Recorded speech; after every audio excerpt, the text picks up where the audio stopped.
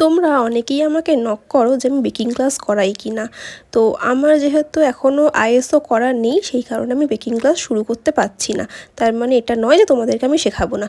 দেখো, চকলেট কেকের ক্ষেত্রে ফার্স্টে চকলেট বেসটাকে একটু সুগার সিরাপ দিয়ে সোক করে নেবার পর হুইপিং ক্রিম চাপাবে। এরপরে তার উপর মেল্টেড চকলেট দেবে, চকো চিপস অ্যাড করবে, তারপর আরেকটা লেয়ার চাপিয়ে সেম সুগার সিরাপ দিয়ে সোক করে এবার বাদবাকি যেই মেল্টেড চকলেট আছে সেটাকে ঢেলে একটু স্প্রেড করে দেবে।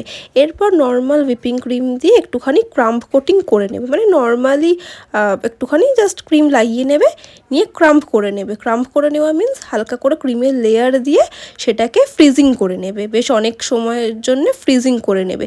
এরপর ক্রাম্প হয়ে গেলে কালার ক্রিম চাপাবে, মানে হুইপিং ক্রিমের মধ্যে কালার মিশিয়ে তোমাদের যে কালারটা পছন্দ নিয়ে এবারে তুমি সুন্দর করে ওটাকে আইসিং করবে।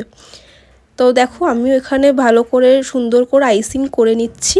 এবার আস্তে আস্তে সেটাকে মার্জ করব। তো এরপরে আমরা ওপরে নজেলের হেল্প দিয়ে যেরকম ডিজাইন রিকোয়ার্ড আমরা সেটা করে নেব, নিচেও একটুখানি ডিজাইন করে দেব। এরপর দেখো আমাদের এই ফুললি কেক রেডি। এটা কার্তিক ঠাকুরের কেক ছিল। তো দেখো এই ছিল আজকের কেক।